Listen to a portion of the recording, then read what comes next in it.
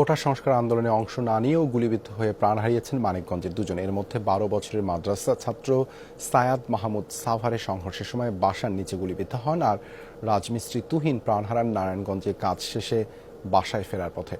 একমাত্র পুত্র সন্তান আর উপার্জনক্ষম মানুষকে হারিয়ে কিছুতেই থামছে না স্বজনদের আহাজারি। স্যান্ডেলিনা সো, রূপচর্চায় আভিজাত্য। একটা কথা বলে গেছিলাম যে আমি শুয়েছিলাম, তখন আজান দিল, বললো আব্বু উঠবো না।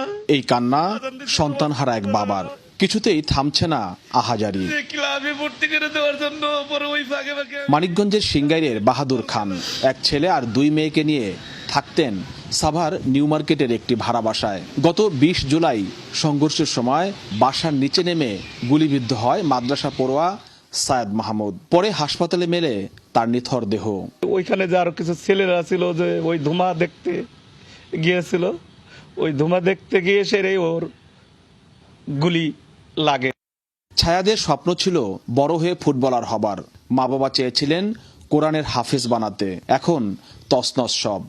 বিশ্বকাপ হোক বা কোপা আমেরিকা, কোনো ম্যাচ একটা ম্যাচে ও দেখা বাদ দিত না, প্রত্যেকটা ম্যাচ দেখতো। আর ওর খুব ইচ্ছা ছিল ডিফেন্ডার হবে।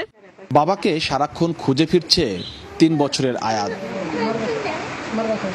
২০ জুলাই নারায়ণগঞ্জের চিটাগাং রোড এলাকায় কাজ শেষে বাসায় ফেরার পথে গুলিবিদ্ধ হন রাজমিস্ত্রি তুহিন। ৩ দিন হাসপাতালে থাকার পর মৃত্যুর কোলে ঢলে পড়েন। পরিবারের একমাত্র উপার্জনকারীকে হারিয়ে দিশেহারা মানিকগঞ্জের পরিবারের সদস্যরা। আমি জানি না কিভাবে আমি একাই সন্তানদের সামনের দিকে এগিয়ে নিয়ে যাব, কারণ আমার সংসার একমাত্র আমার স্বামী ছিল। আমার শ্বশুর শাশুড়ি কেউ আমার সাথে না। এখন কি করে খাইবো, কখনো যাইবো, সেটাই তো দিশা পাই না, আমরাও দিশা পাই না।